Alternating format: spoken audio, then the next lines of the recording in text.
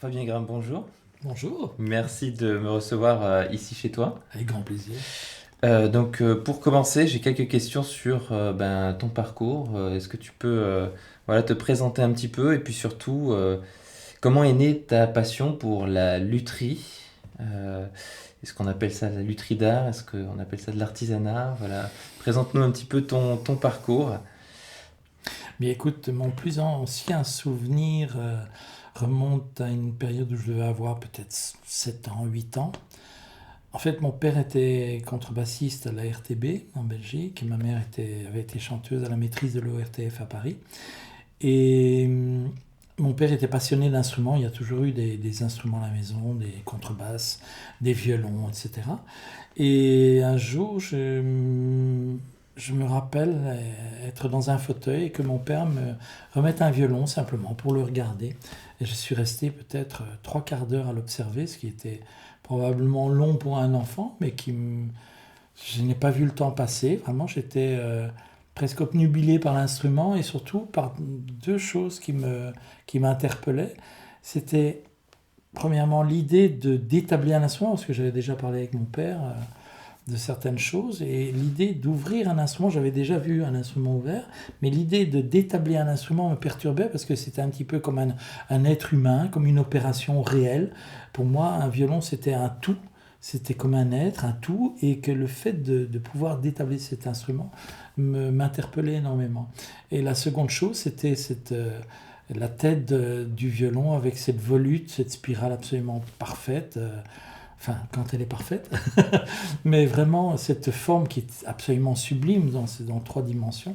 Et je me demandais comment pouvoir réaliser cette partie de cet instrument qui est basé sur le nombre d'or dans cette spirale. Et vraiment, c'est quelque chose qui m'interpellait et qui m'a vraiment presque perturbé à ce moment-là. Ouais, ce fameux nombre d'or. Oui, voilà, tout à fait. Est-ce que tu peux me raconter un petit peu le reste de ta formation, pour le coup, et puis peut-être des rencontres marquantes qui t'ont inspiré au cours de ton jeune parcours? Eh bien, écoute, j'ai entendu parler quand j'avais 14 ans qu'il y avait un luthier. Donc, mon père étant à l'orchestre, il avait entendu parler par un ami violoniste qu'il y avait un luthier qui habitait à peu près à 4 kilomètres de chez mes parents. Et j'ai vraiment insisté pour aller le rencontrer parce que j'avais envie de voir son atelier, de voir ce métier. Et je me rappelle avoir insisté pendant un certain laps de temps, mon père ne répondant pas tout de suite à ma demande, j'ai vraiment insisté longuement et lourdement, on va dire, jusqu'à ce qu'on aille lui rendre visite. Et donc, il s'agissait de Prosper de Wilder, qui est un luthier qui avait, en fait, qui, quelques mois après, a repris le métier pour me l'enseigner, parce qu'il était à la retraite, il avait 72 ans. Et il a vraiment repris le métier pour m'enseigner. Au départ, il ne savait pas s'il allait pouvoir, je dirais, m'apprendre le métier parce qu'il devait se faire opérer. Finalement, tout s'est très bien passé pour lui. Et pendant la période de vacances, j'ai commencé à aller le voir quelques fois. Et ensuite, à partir du mois de septembre, quand j'avais tout juste 15 ans, j'ai appris le métier avec lui pendant 3 ans. Et donc, j'ai réalisé mes deux premiers instruments avec lui. Mon premier instrument d'ailleurs que j'ai réalisé quand j'avais 16 ans, oui un peu moins de 17 ans, j'avais 16 ans, oui. Et j'avais recroisé un violoniste qui était dans le jury au moment des examens de violon. Donc j'étais à l'académie en Belgique et il se rappelait que j'avais fait mon examen sur mon premier violon qui n'était pas encore verni, donc un instrument en blanc. Et voilà, c'était donc mon premier instrument que j'avais utilisé pour mon examen de violon quand j'avais, oui, 16 ans en fait. D'accord. Ok, donc j'ai envie de te poser quelques questions sur voilà, ton approche artistique, on va dire, ta philosophie dans ton métier. Déjà, comment est-ce que tu définirais ta lutherie? Est-ce que c'est une lutherie d'art? Est-ce que c'est un artisanat? Où est-ce que tu te places? Je dirais que c'est simplement une passion pour moi. Je ne cherche pas à mettre d'étiquette, c'est vraiment quelque chose qui me passionne depuis extrêmement longtemps. Et dès que j'ai commencé la lutherie, j'ai vraiment senti, je pense très rapidement, ce que j'avais envie de réaliser comme sonorité. d'instruments. Et ça a été une projection quelque part dans ma tête, je dirais vraiment rapidement. J'ai toujours fait en sorte d'aller dans cette direction et de travailler l'instrument jusqu'au fait d'obtenir ce que j'avais presque projeté avant de faire le violon. Donc pour moi, je ne me pose vraiment pas de questions sur l'étiquette, c'est vraiment quelque chose qui m'absorbe. Je ne dirais pas qui m'engloutit, mais qui est incroyablement passionnant en fait. Bien sûr. Voilà. Ce qui nous amène aux matériaux, en fait. On travaille la cellulose, le bois, en fait, Tout à fait. dans la lutherie. Comment est-ce que tu choisis ton bois? C'est quoi ton rapport à ce matériau Mais j'ai eu plusieurs périodes, je dirais.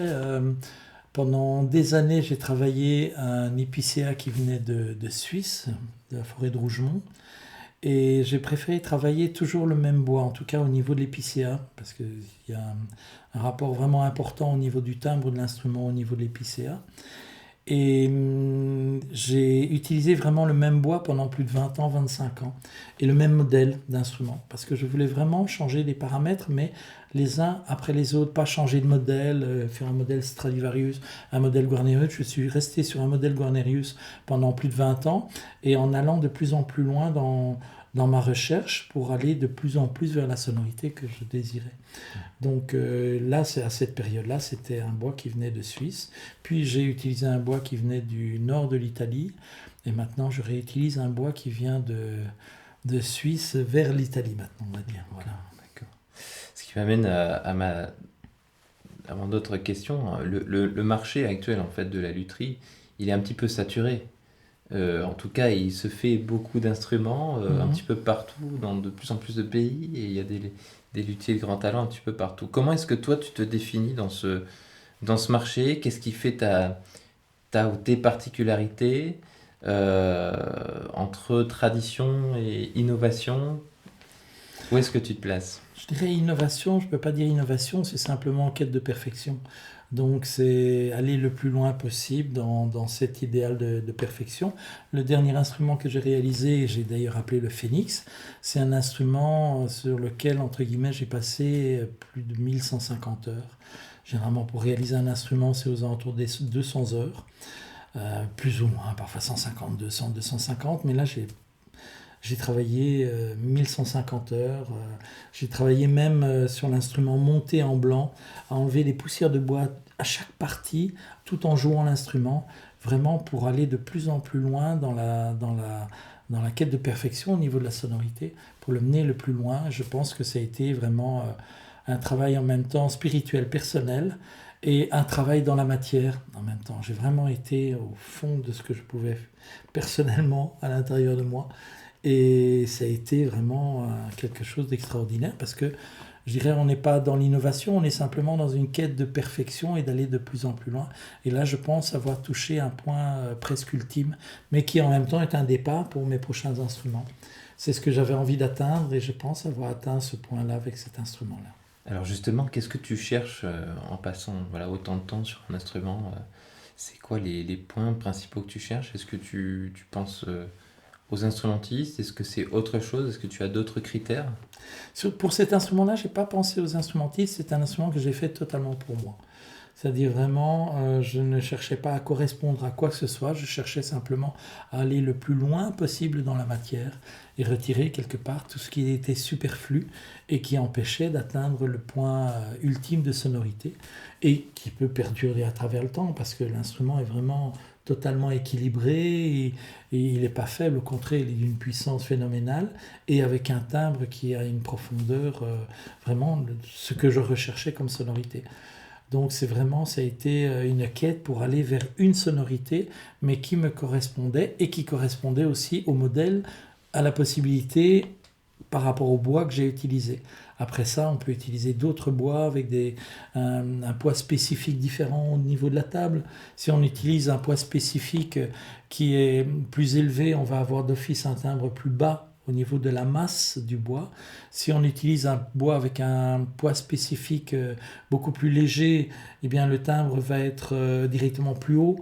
Donc on va travailler les épaisseurs différemment, donc on aura une réponse différente. Donc chaque luthier va avoir éventuellement une attirance pour certains bois, s'il fait attention à la spécificité justement du poids spécifique du bois. Et certains luthiers désirent utiliser des mailles plus larges qui donnent un son éventuellement plus bas aussi, ou des mailles, des fibres plus serrées qui donnent plus d'énergie. Donc tout cela, il faut travailler avec je dirais les spécificités du bois. Donc après ça, on peut aller dans des directions différentes suivant ce qu'on a envie de faire. Mais ce violon vraiment a été pour moi, ce phénix a été, avec la matière qui était présente, un point vraiment ultime pour moi. On était en quelle année à peu près pour ce parcours autour du phénix? Autour du phénix, c'est un instrument qui m'a pris pas loin de 3 ans dans l'absolu, étalé sur ce laps de temps, pas en travaillant tous les jours 7 heures évidemment, mais il y a des périodes où je travaillais 3-4 heures simplement à jouer l'instrument, enlever les poussières de bois, et ça a duré pendant plusieurs mois, rien que ce travail-là. 2023, 2024? Oui, vers 2023 par là. Ouais, Ouais, d'accord. tout à fait. Alors Fabien Graham, est-ce que tu peux me décrire les étapes clés de la fabrication d'un violon ou d'un instrument à cordes? C'est quoi, voilà, depuis la sélection du bois, j'imagine, jusqu'à le remettre à l'instrumentiste? Comment ça se passe? Ah, il y a beaucoup d'étapes évidemment. Il y a le fait de définir éventuellement le modèle. J'aime bien travailler, comme je disais, sur un modèle duquel je ne sors pas trop, bien que là maintenant, le Phénix était basé sur un modèle Guarneri que j'ai un petit peu modifié personnellement. Et là, je suis en train de travailler sur un modèle Stradivarius. Donc pour une fois, là vraiment, je travaille sur je dirais deux patrons un peu différents. Et donc il y a le choix du bois, bien entendu, puis il y a suivant si on travaille pour une commande, pour un musicien précis, ou si on fait un instrument dans l'absolu, qui correspondra après à un musicien. Ça, évidemment, ce sont deux choses complètement différentes, parce que le choix du bois va être aussi défini par la sonorité qu'on veut donner. Et si on fait un instrument pour un musicien, eh bien on va chercher à trouver vraiment la complémentarité de timbre, de sonorité, d'émission de l'instrument en rapport avec le jeu du musicien. Donc ça amène le fait vraiment de se connaître, de se découvrir, de beaucoup parler ensemble, et également par exemple, de pouvoir entendre le musicien jouer sur plusieurs instruments. Ce que je fais généralement, je demande aux musiciens de jouer plusieurs instruments, soit que j'ai, soit qui sont dans les environs. Et personnellement, je marque mon ressenti sur chaque instrument, de ce que j'entends au niveau du musicien. Et puis je demande au musicien de me dire ce qu'il ressent sur chaque instrument, ce qui permet d'avoir éventuellement un vocabulaire, une compréhension du vocabulaire de chacun, parce que si on parle sonorité, c'est presque abstrait. On peut parler grave, aigu, mais entrer vraiment dans une sensation plus profonde par rapport au fait de pouvoir s'exprimer avec un instrument, c'est très complexe. Donc c'est déjà essayer de trouver presque une sémantique similaire, ou être dans des terminologies qui permettent de savoir qu'on parle de la même chose. Ensuite, je vérifie le ressenti du musicien par rapport à ce que moi j'ai pu observer. Et puis j'observe aussi les paramètres de jeu. Je me suis beaucoup penché sur les proportions de l'instrument, mais surtout de la corde vibrante de l'instrument. Parce que toutes les mains ne sont pas les mêmes. Il y a des musiciens qui ont des doigts plus fins, plus longs, des musiciens qui ont des doigts plus courts. Donc quelque part, j'ajuste la longueur de la corde en rapport avec l'ouverture de la main, la largeur de la main, l'ouverture de la main, la prise de son. Bien sûr, une petite main peut jouer des dixièmes, mais souvent en forçant quelque part. Donc il y a une grandeur qui est naturelle, qui est une ouverture sans devoir être en extension. Et donc la main définit quand même un espace de notes quelque part. Et j'essaye de faire la longueur de corde qui correspond à la main du musicien. Donc je peux très bien faire un grand alto, un 41,5 ou presque 42, avec une longueur de corde d'un 39 ou d'un 40, pour que le musicien ait un grand instrument s'il le désire, mais une longueur de corde qui soit tout à fait appropriée à son jeu personnel. Donc ce sont des paramètres qui sont vraiment importants à prendre en considération. Et puis il y a toutes les étapes, bien sûr, pour obtenir la sonorité au niveau de la voûte, de la distance des ouïes, tous les rapports de chaque partie qui vont faire qu'on peut obtenir une sonorité très précise. C'est intéressant. Donc, ce que tu es en train de dire, c'est que tu fabriques en fait des instruments sur mesure. Euh, comme un bottier pourrait fabriquer une chaussure sur mesure pour Exactement, quelqu'un. complètement. Pour moi, c'est vraiment très important. Si c'est une commande d'instrument et que je fais un instrument pour un musicien, il est clair que je fais en sorte que cet instrument corresponde à sa projection. Je prends juste un petit exemple. J'avais un ami qui m'avait commandé un instrument il y a fort longtemps. Et je lui ai fait choisir le bois, même on en a discuté par rapport à la sonorité que je comptais faire. Et donc j'ai choisi un modèle et il me disait « Ah Fabien, ce qui me ferait plaisir, mais tu seras peut-être pas d'accord parce que c'est peut-être plus compliqué. Je rêverais d'un violon sans coin, en forme de 8, comme le violon que jouait à un moment donné Joshua Bell, un Stradivarius qui n'avait pas de coin. » Et je lui ai dit bah, « Écoute, pour toi je le fais. » Donc j'ai fait un modèle particulier pour lui. Et comme il avait un quatrième doigt vraiment beaucoup plus court, vraiment presque anormalement court par rapport à la grandeur de la main en règle générale, j'ai calculé vraiment les distances et je lui ai fait une corde 7/8, presque un violon de dame quelque part. Et je m'en rappellerai toujours, je lui avais confié un autre instrument le temps que je réalise son instrument. Et il m'avait dit écoute, je viens chercher l'instrument que tu as fait pour moi vendredi, mais j'ai un concert samedi soir. Je voudrais garder celui que tu m'as prêté parce qu'évidemment, un nouvel instrument, c'est très délicat. Et quand je l'ai revu la semaine d'après, il m'a dit écoute Fabien, quand je suis venu chercher cet instrument, je ne pensais pas le jouer le lendemain, j'ai joué la répétition. Il jouait en concertmeister d'un orchestre. Il dit j'ai joué le concert du soir directement sur le violon. C'est comme si j'étais venu rechercher chez toi un violon que je connaissais depuis 20 ans. Tellement le mariage était là et cet instrument lui correspondait complètement. C'est beau. Est-ce que toutes les premières approches avec un musicien se passent comme ça? Comment est-ce que ça peut se passer, une approche avec un instrumentiste? Est-ce que c'est eux qui viennent te voir? Est-ce que toi tu te déplaces?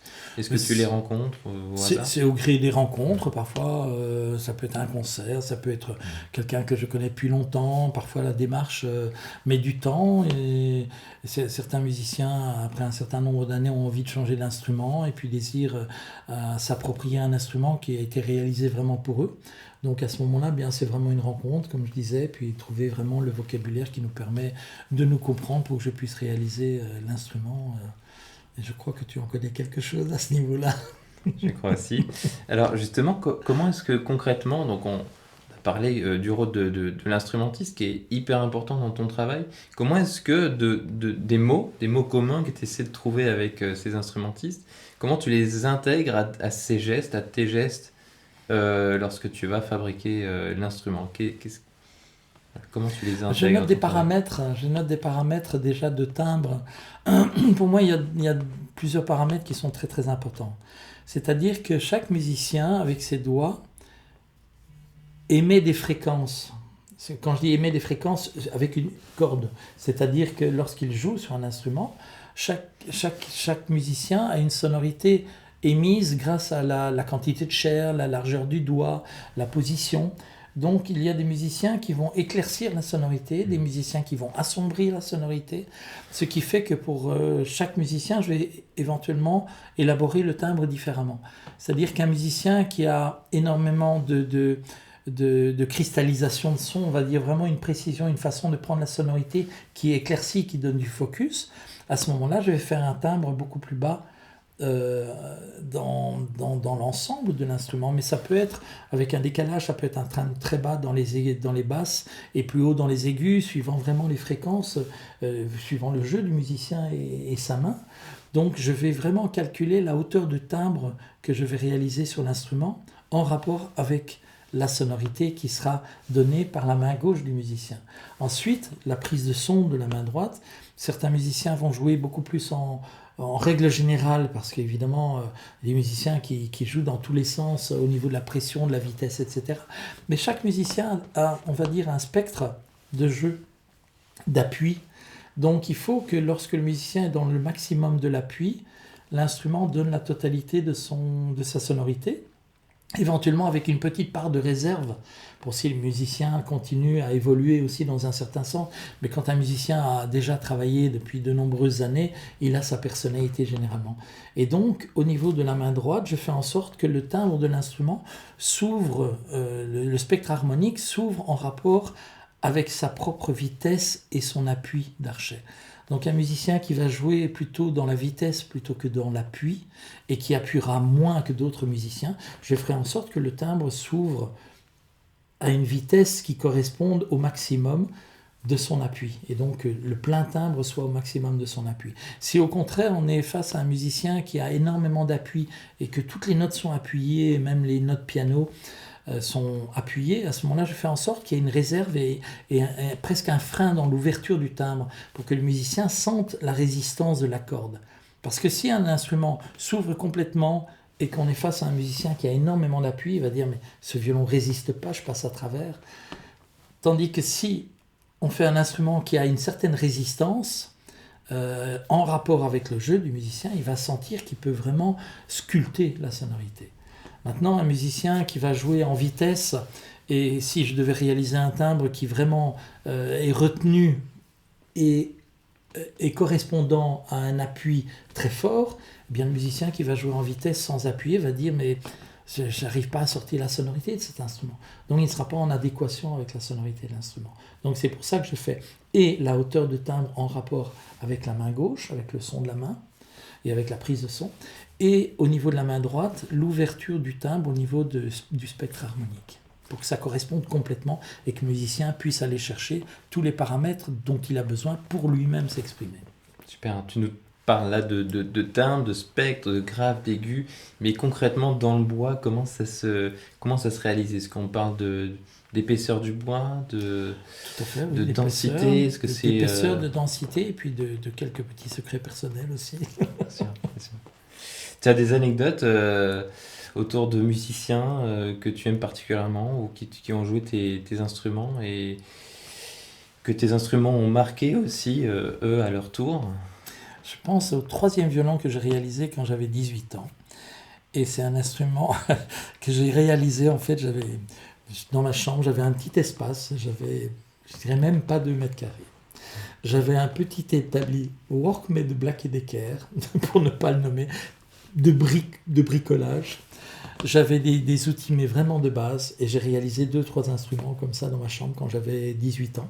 Donc j'avais arrêté avec mon professeur qui m'avait enseigné à fabriquer les instruments. Et mon troisième instrument, donc, que j'ai réalisé à ce moment-là, c'est un instrument dont est tombée éperdument amoureuse Lola Bobesco. Et cet instrument, donc, elle m'avait dit, lorsqu'elle a joué ce violon pour la première fois, elle m'a dit « Mais vous vous rendez pas compte, Fabien, quand je joue l'instrument, j'ai l'impression que c'est une usine dans laquelle il y a plein de personnes qui travaillent pour fabriquer ma sonorité dans les aigus. » J'ai trouvé ça tellement adorable. Et c'était vraiment, elle a achevé sa carrière avec cet instrument, alors qu'elle a joué l'instrument qu'elle jouait avant, elle l'a joué pendant 30 ans, et elle a terminé sa carrière sur mon troisième violon. Voilà, je crois que plus récemment, il y en a d'autres aussi qui ont apprécié, oui. quelques-uns en Europe notamment, qui ont apprécié tes instruments. Tout à fait. D'accord. Alors Fabien Grave, on parle de cette relation avec tes clients, parfois tes amis, parfois, enfin donc des instrumentistes en fait. J'en connais, oui. Voilà, on se connaît depuis quelques années. Ça fait quelques années, oui. Voilà. Et on a parlé de cette technique bien particulière, cette relation, au-delà de la technique, mais cette relation entre toi et les instrumentistes. Mais quel est le rôle finalement de l'instrumentiste au-delà de la fabrication de l'instrument? Est-ce que son rôle continue après la naissance, entre guillemets, de l'instrument? Tout à fait, parce que l'instrument évolue. Au départ, le musicien reçoit l'instrument, mais l'instrument est tout nouveau, il est à modeler au niveau de la sonorité. Il y a beaucoup de choses qui sont présentes, même la totalité est présente, mais il faut aller les révéler.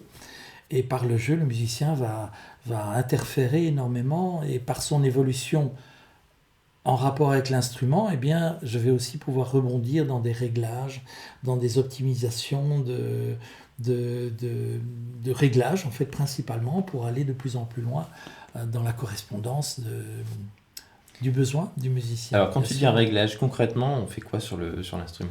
Sur un violon, par exemple? Et une poussière de bois qu'on enlève au chevalet Hmm. crée, je crois que tu es bien placé pour le savoir. On peut passer parfois 2, 3 heures à enlever les poussières de bois sur le chevalet et obtenir des changements tellement impressionnants, de plus de lumière dans la sonorité, un équilibre. En fait, toute partie doit être harmonisée. Le fait de faire un chevalet, on pose un chevalet, oui, mais est-ce que les épaisseurs sont vraiment, même si elles sont bien faites, est-ce qu'elles sont en rapport avec le besoin de l'instrument, avec le besoin du musicien, avec le jeu? Et chaque partie, chaque ouverture du chevalet peut être retravaillée pour prendre une direction de sonorité. Donc c'est un travail très très minutieux et à travers le temps, on peut vraiment opérer des différences vers l'infiniment petit, mais qui sont tellement sensibles que ça apporte de plus en plus de possibilités aux musiciens avec l'instrument. Ça, c'est le côté vraiment passionnant que j'adore. Et tu en sais quelque chose aussi, je Ouais, crois. bien sûr. Donc là, tu nous parles de réglage, donc c'est concrètement en fait agir sur le bois, sur le matériau du violon ou de l'instrument. Mais l'instrumentiste lui-même ou toi, on peut agir sur l'instrument d'une autre manière, c'est ça? Tout à Avec fait. ce que tu m'as dit hors caméra, la technique ce que tu appelles les subharmoniques, c'est ça? C'est ça, Tu tout nous à fait, expliques un tout petit à peu, fait. c'est quoi Bah, cette technique? ce sont toutes les fréquences de l'instrument et en fait, on peut vraiment interagir d'une façon, je dirais, phénoménale sur la sonorité de l'instrument. C'est-à-dire, c'est le fait d'entendre toutes les fréquences que, qui sont émises par l'instrument et rétablir certaines fréquences par le jeu. Justement par le jeu des subharmoniques, c'est-à-dire que 2 notes qui sont jouées par exemple en accord, euh, évidemment tout dépend des notes et certains accords créent des harmoniques qui sont plutôt des frictions. Mais par exemple si on va prendre Fa dièse sur la corde de Ré en même temps que le La vide, si on le joue non pas avec 5 commas, on va le jouer à 4 commas et demi, on va obtenir un Ré qu'on va vraiment pouvoir entendre. Et ce n'est pas le cerveau qui recrée la sonorité, c'est factuel. Si on prend un accord de Ré électronique, qu'on joue vraiment sur la subharmonique et qu'on joue le Fa dièse en même temps que la note La, on a un Fa dièse, on a un La, on n'a pas de Ré, puisqu'on n'a pas de troisième note. Par contre, les 2 notes ensemble donnent comme résultante en subharmonique un Ré, une octave en dessous. On va en parler un petit peu plus, mais avant ça, peut-être pour les auditeurs, faudrait parler des harmoniques, hein. On rappelle, le son, chaque note est en fait constituée non pas de seulement une note, mais de D'une échelle de d'une notes, échelle de notes qui voilà, est tout à fait, quasi infinie, en tout cas tout à fait. multiple. 10, 15, 20, 25, 30 sons en même temps Tout à fait. que l'oreille va percevoir, non pas entendre directement, mais percevoir dans une note. Donc une note est composée de plusieurs autres en fait qui sont Tout à fait. plus discrètes que la note principale. Et c'est Exactement. ces notes, ces secondes, troisième, quatrième, etc. notes qu'on va appeler des subharmoniques. C'est bien ça? Là, ce sont les harmoniques, en fait. Tout ce qui est au-dessus de la note. Donc, il y a la note fondamentale, si on joue un Fa dièse. Bon, je ne vais pas décrire toutes les harmoniques, mais toutes celles qui sont au-dessus, ce sont des multiples qui se développent. Par contre, dans les combinaisons de 2 notes, là, on peut dire subharmonique parce qu'on est en dessous du seuil de la note la plus basse. Donc c'est là qu'on développe les subharmoniques.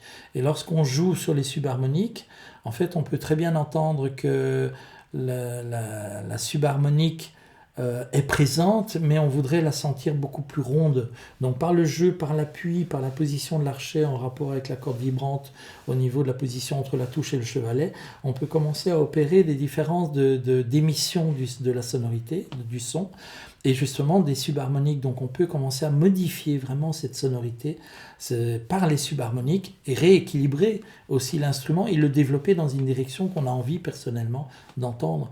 Parce que c'est pas le développer spécialement pour l'optimiser. Pour l'optimiser, c'est aller dans une direction personnelle de ce qu'on a envie d'entendre comme fréquence se développer d'une façon supplémentaire dans l'instrument. Alors, moi je me pose une question depuis tout à l'heure, d'où est-ce que ça devient? Parce que c'est pas quelque chose qu'on peut observer d'abord chez tous les luthiers et puis en plus chez tous les musiciens, chez tous les instrumentistes à cordes, cette Mm. écoute particulière des harmoniques et en plus des subharmoniques. Oui, tout à fait. D'où est-ce que ça devient? Mais je pense que c'est le travail que j'ai dû faire avec Philippe Hirschhorn. J'ai réglé son violon jusqu'à la fin de sa vie, les dernières années de sa vie. Et lorsque je l'entendais, lorsqu'il venait faire un réglage de son violon dans mon magasin à Bruxelles, je l'écoutais jouer, j'écoutais les accords qu'il faisait, et puis on a échangé sur le jeu. Et il me disait que jouer énormément de tierces sur l'instrument, de sixtes. Les sixtes développent terriblement la sonorité sur les instruments. Et puis quand j'ai écouté, et puis j'entendais cette subharmonie qui était présente, et puis ça a amené vraiment un questionnement. Et le jour où surtout tout s'est révélé, mais vraiment d'une façon très claire dans ce qui était à faire, c'est un jour où j'ai confié un instrument à une musicienne. Elle l'a joué pendant 2 mois. Et lorsque j'ai récupéré l'instrument, il ne sonnait plus du tout.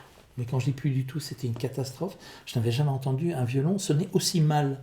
Il était parti, il était tout à fait équilibré, il sonnait comme il fallait. Une fois récupéré, c'était une catastrophe. J'étais vraiment déprimé, je me suis dit, mais qu'est-ce que je vais faire? Est-ce que je dois le détabler, retravailler, rebarrer? Qu'est-ce que je vais faire? Je l'ai laissé 2-3 jours parce que vraiment j'étais démoralisé. Et à un moment donné, je me suis dit, non, il sonnait avant, il sonnera après.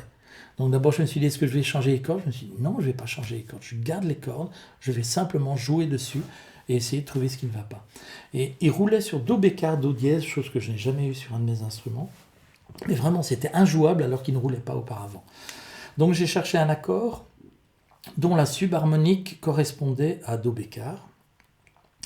Et lorsque j'ai joué l'accord, j'entendais que les 2 notes, une fois justes de l'accord, donnaient une subharmonique qui était décalée, elle n'était pas en place. Ce qui était invraisemblable. 2 notes qui sont tout à fait justes donnent une subharmonique qui doit être comme un triangle au milieu. Et elle était tout à fait décalée. Donc je me suis dit, qu'est-ce que je vais faire? J'ai commencé à bouger un des 2 doigts, et puis je sentais que la subharmonique bougeait d'une façon exponentielle. C'est-à-dire que c'était pas en rapport avec mes doigts qui bougeaient, c'était décuplé. Enfin, pas décuplé, mais exponentiel. Et j'ai commencé à travailler en réarticulant la justesse, donc en allant vers une intonation qui n'était pas tout à fait juste pour faire bouger la subharmonique. C'est un petit peu comme la pêche à la mouche. C'est une drôle de comparaison. Mais quand on pêche, en fait, on bouge la canne comme ceci, mais la mouche, elle voyage complètement. C'est une façon de faire circuler. Et je faisais exactement la même chose au niveau de mes doigts, donc je faisais bouger et j'entendais que la subharmonique se déplaçait petit à petit.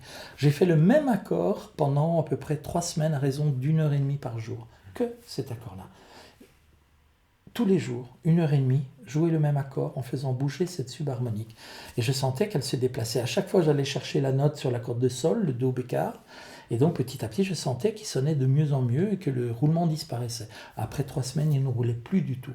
J'ai fait la même chose pour le Do dièse, donc l'accord correspondant. Là, ça a pris que quelques jours.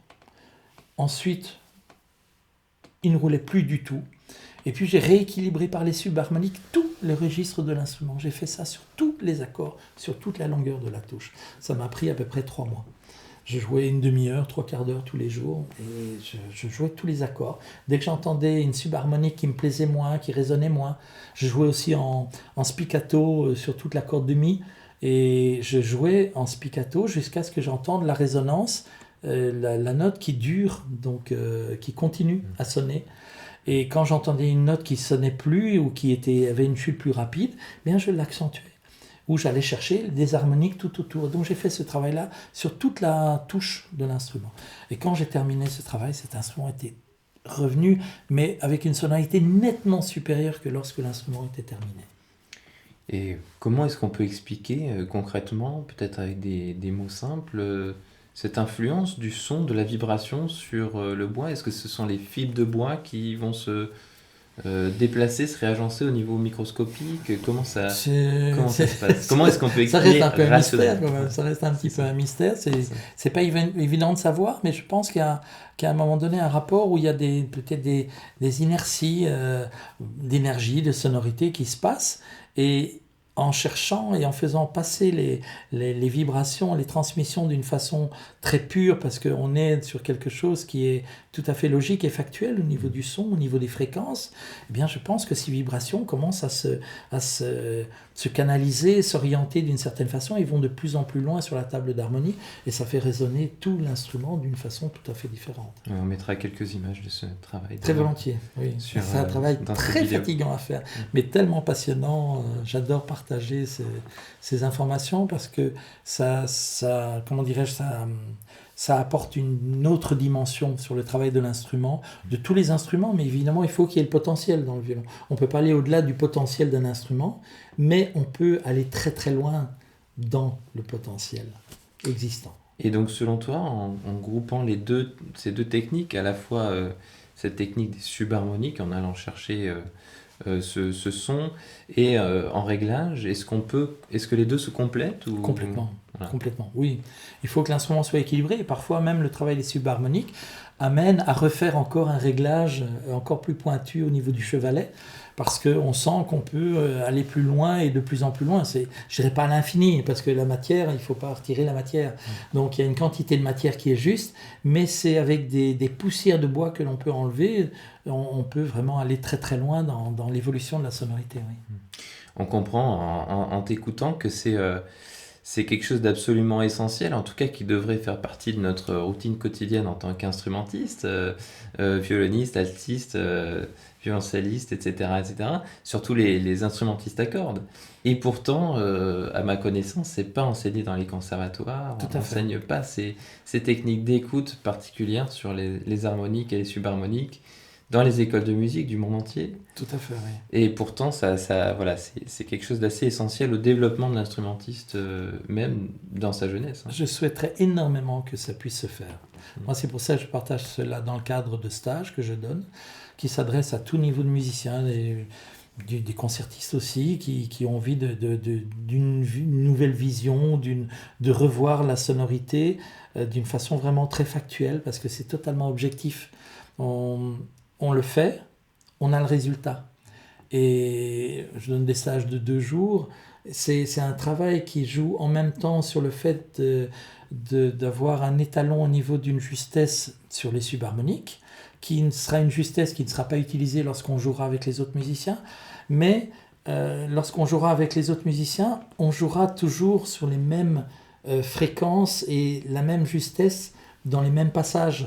Donc ça amène vraiment une écoute qui est très très différente et surtout l'inconscient retient la place des subharmoniques, donc c'est vraiment un pilier qui permet après de jouer, de sortir du côté tempéré, donc vraiment de jouer les dièses, les bémols et d'être dans l'espace sonore en ouvrant les octaves suivant le besoin par rapport au répertoire, par rapport à un orchestre symphonique, le soliste va tirer la justesse différemment, donc on s'adapte à l'environnement sonore, mais on sait quel est ce pilier, ce centre de cette justesse qui est absolument objective. C'est-à-dire on sort de la subjectivité de la justesse pour découvrir une objectivité de la justesse et après pouvoir aller vers une subjectivité mais qui est construite. Et ça c'est quelque chose de très important pour la sonorité de l'instrument, pour le développement de l'instrument, mais aussi pour une réalisation personnelle de se situer dans l'espace sonore avec l'environnement. Il y a cette mémoire musculaire de l'instrumentiste. Oui, tout à fait. L'inconscient va mettre le doigt à l'emplacement qu'il a retenu comme étant... Et puis j'imagine que ça peut même changer le jeu de l'instrumentiste. Complètement, même c'est incroyable. Et son écoute. Incroyable. J'ai eu le cas avec une jeune fille il n'y a pas longtemps, une jeune violoncelliste de 14 ans, qui joue très très bien. Mais je l'ai fait travailler simplement une gamme sur la corde de La en rapport avec le Ré à vide. Et donc pour recentrer sur chaque subharmonique en avançant. Ensuite, donc la première fois, j'ai demandé de me regarder pour voir si j'acquiesçais au niveau de la justesse. Et à certains moments, je sentais qu'elle n'était pas sur la subharmonique, donc je la laissais encore travailler, chercher. Et puis, lorsqu'elle me regardait après, elle était vraiment sur les subharmoniques. Et donc, elle a monté cette gamme petit à petit, une fois. Une deuxième fois, un tout petit peu plus rapidement, parce que le doigt allait directement vers ça. Puis, une troisième fois. Ensuite, elle a rejoué sa gamme sur la corde de La. Et elle était sur une magnifique justesse d'un bout à l'autre de la touche. Et maintenant, elle travaille de cette façon-là. Et j'ai vu une vidéo, mais elle joue avec une justesse mais vraiment incroyable. Ça a complètement changé son écoute, sa perception et son envie d'aller vers cette cristallisation de justesse. Il y a beaucoup de musiciens qui sont sur cette justesse, tu le sais, tu es dessus. Voilà, c'est lumineux, ça se définit dans un ensemble. Et lorsqu'on joue en quatuor, par exemple, on va prendre l'exemple d'un quatuor. J'avais fait travailler un jour un quatuor sur chaque accord pour être vraiment sur cette justesse et écouter cette justesse. Ensuite, ils ont rejoué, les musiciens ont rejoué comme ils jouaient d'habitude, mais avec une autre empreinte et une autre écoute.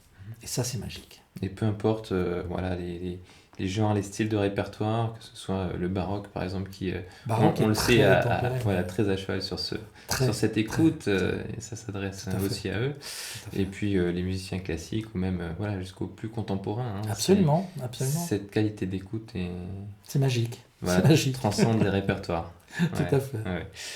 Et ben, comment on travaille ce son justement en tant qu'instrumentiste? Est-ce qu'on peut avoir un rituel quotidien, quelque chose qui nous permet de commencer la journée par exemple avec l'instrument? Personnellement, j'aime bien, ce que je conseille entre guillemets, c'est de jouer 3 accords, simplement. De jouer sur les cordes centrales pour le violon, en tout cas, le fa dièse, justement, en même temps que le la vide, pour écouter le ré fondamental au niveau subharmonique, et faire en sorte de jouer avec lorsqu'on est vraiment sur la subharmonique, avec le plus de rondeur possible et le plus de puissance possible. Donc vraiment par la puissance et par l'appui de l'archet, entrer dans la sonorité la plus large possible de la subharmonique. Ensuite, comme deuxième accord, jouer le la vide et le fa dièse sur la corde de mi. On aura de nouveau le ré. Et jouer cet accord-là, on entend très vite la subharmonique ré. Avec très vibrato, rapidement. sans vibrato? Moi, j'aime bien travailler sans vibrato, justement, pour travailler et cristalliser cette justesse. Ensuite, commencer à vibrer. Ce qui est flagrant lorsqu'on fait ce travail sur les subharmoniques, c'est qu'on se rend compte qu'on peut vibrer avec 2 fois moins d'énergie et 2 fois moins de largeur. Et comme la subharmonique est une résultante, on sent que c'est exponentiel, ce qui fait que le moindre vibrato, quand on entend un subharmonique qui est vraiment très large, on entend un vibrato qui est très large alors qu'on bouge très très peu. Donc ça amplifie le vibrato. Et le troisième accord à jouer, c'est le ré à vide en même temps que la note la sur la corde de sol. Et vraiment aller se mettre à l'écoute de cette profondeur des subharmoniques. Ce que j'aime beaucoup, c'est commencer le travail par ces 3 accords, et éventuellement, lorsqu'on a terminé sa journée de travail, rejouer 5 minutes pour recentrer l'instrument sur Ré, qui est vraiment la note la plus importante, et quelque part la corde la plus importante. Si le Ré d'un instrument est tout à fait libre et ouvert, on a l'instrument complet. Pourquoi On peut cette corde en l'avoir. particulier? Pourquoi cette... Là, je ne pourrais pas dire, mais je vais chercher. Merci Fabien Graham de nous avoir reçus. Merci Pierre-Emmanuel. Si tu veux ajouter quelque chose, Écoute, c'était un plaisir de partager tout le travail qu'on a pu faire ensemble, et Dieu sait si on a pu travailler sur les harmoniques, sur le son en règle générale, sur les réglages. Et j'aime tellement ce travail, je trouve tellement passionnant cet échange et s'apporter mutuellement des choses, parce que je découvre tout le temps. On va de plus en plus loin. C'est une quête de perfection, et j'apprends autant des musiciens que personnellement je peux leur apprendre. Donc si j'ai bien compris, après ton passage avec le Phénix, ce fameux violon Phénix qui t'a pris tant de temps, tu comptes recommencer le programme, ou dans quelle direction tu vas aller à partir de maintenant? Mais je pense que le Phénix, c'est simplement un point, un instant dans le présent. Maintenant, ça commence à être presque le passé, mais ça a été vraiment un instant dans le présent, comme le chevalet, où il y a les cordes qui sont devant, la partie de corde qui est derrière, et ce qui vibre est devant. Et maintenant, je vais vers l'avant avec ce bagage, parce que je pense que ce violon est vraiment une charnière pour moi, un point vraiment défini pour moi de perfection entre guillemets, et qui va me permettre de continuer d'aller dans cette direction. Merci beaucoup. Merci.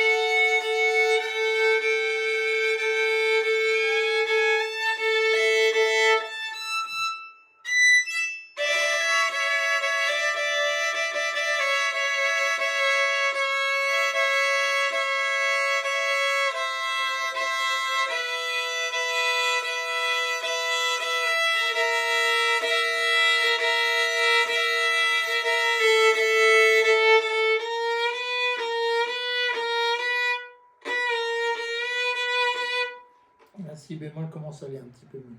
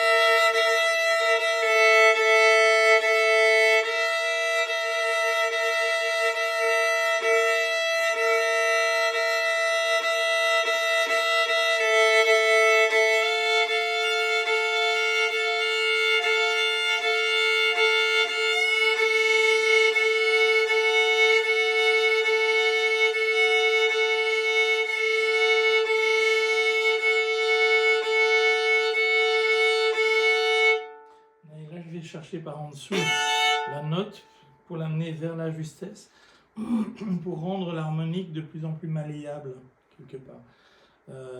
Sentir vraiment qu'elle bouge facilement sans avoir de saut de fréquence. Donc vraiment sentir que on a une progressivité. Je la joue sur une note qui n'est pas juste et je la mène vers la justesse et je vais sentir que l'harmonique évolue régulièrement jusqu'à la justesse.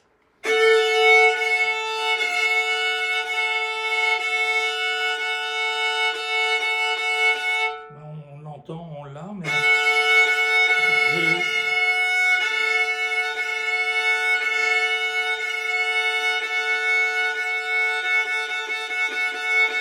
pour que lorsque je suis vraiment dessus, on sent vraiment qu'elle est tout à fait à sa place.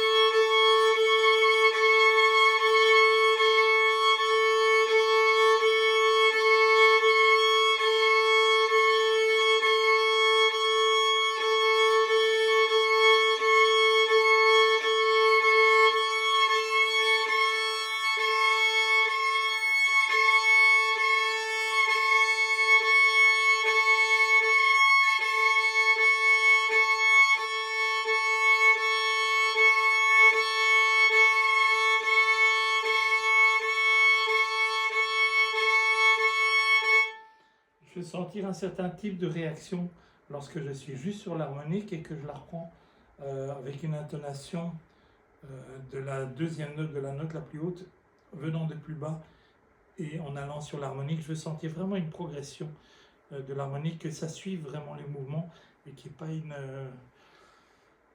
comment dirais-je, d'inertie dans la progression.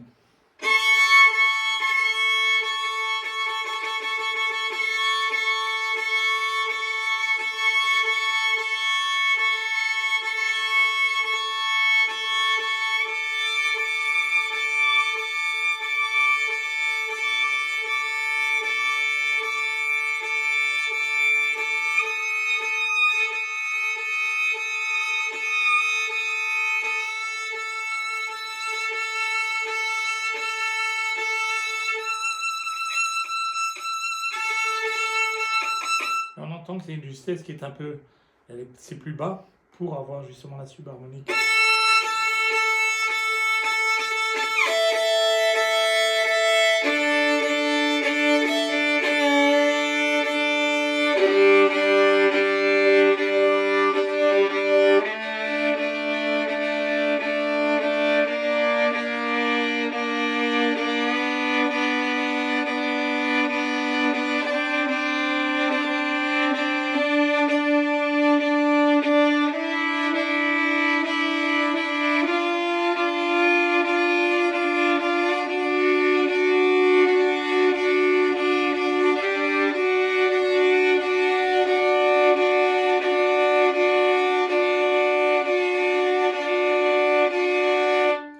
Quand je viens de la note qui est plus bas et que je veux la faire monter, je sens que ça m'échappe. Alors je reviens à chaque fois sur la progression de venir de plus bas jusqu'à la note juste.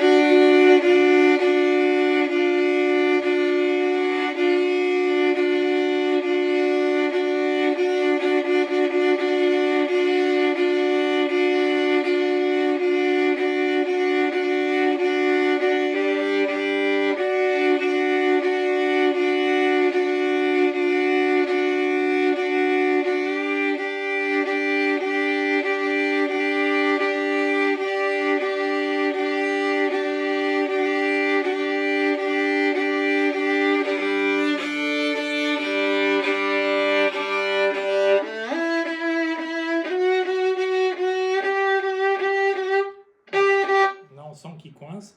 J'ai essayé de...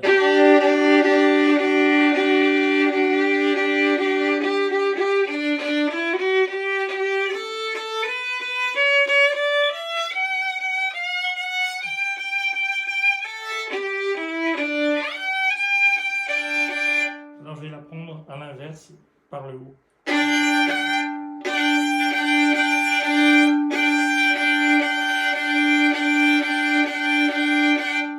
En la prenant par là-haut, ça va faire lâcher éventuellement la partie du bas, donc de la même note.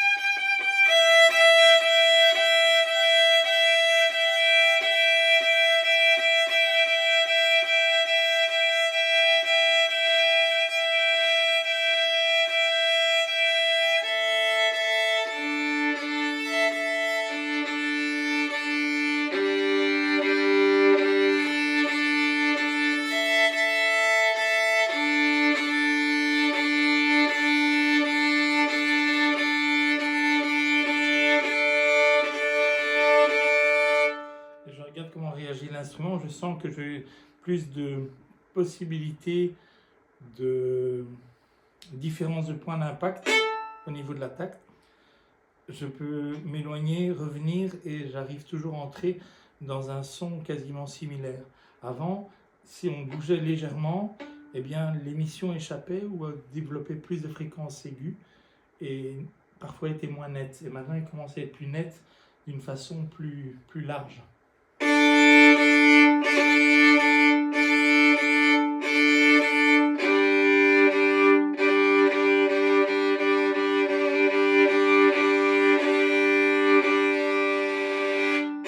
L'émission commence à être plus propre.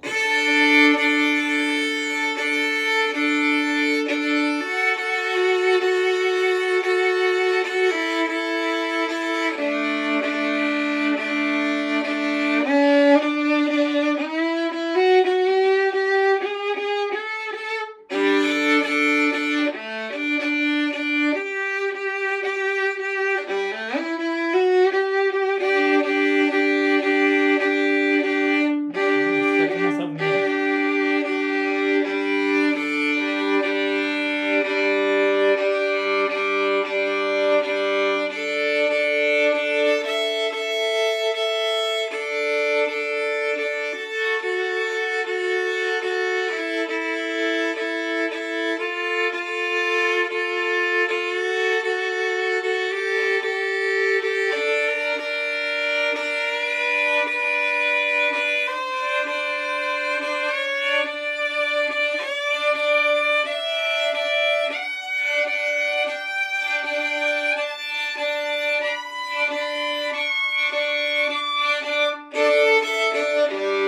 Et chaque note commence à respecter l'autre, c'est-à-dire quand je joue en double note, à certains moments on sent qu'il y a une note qui se met en porte-à-faux et qui ne respecte pas la seconde. Et petit à petit on sent qu'on peut jouer les deux notes d'une façon tout à fait équilibrée et que toutes les notes commencent à se respecter au niveau des fréquences.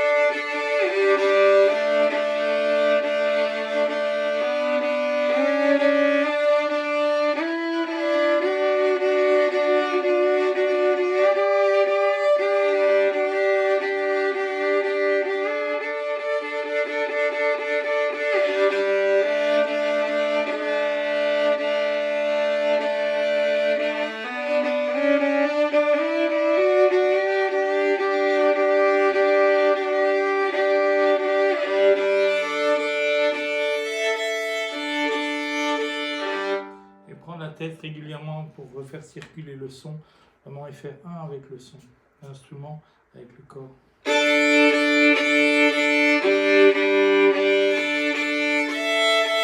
faut donner autant au violon que on veut recevoir du violon. Ça doit circuler.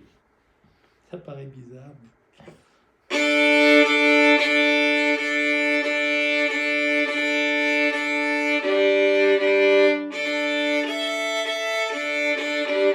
Si on ne donne pas au violon de qui on est, il ne faut pas espérer qu'il donne le meilleur de lui-même.